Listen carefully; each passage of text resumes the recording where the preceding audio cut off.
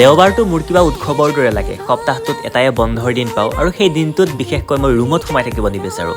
মই ফুৰিবলৈ ওলাই যাওঁ, কেতিয়াবা খাবলৈ ওলাই যাওঁ, কেতিয়াবা ভাল লগা ঠাইলৈ গুচি যাওঁ। আৰু যোৱা দেওবাৰেও গৈছিলোঁ, কিন্তু মই ৰিলটো আপলোড কৰোঁতে দেৰি হৈ গ'ল কাৰণ মই এডিট কৰিবলৈ সময় পোৱা নাছিলোঁ।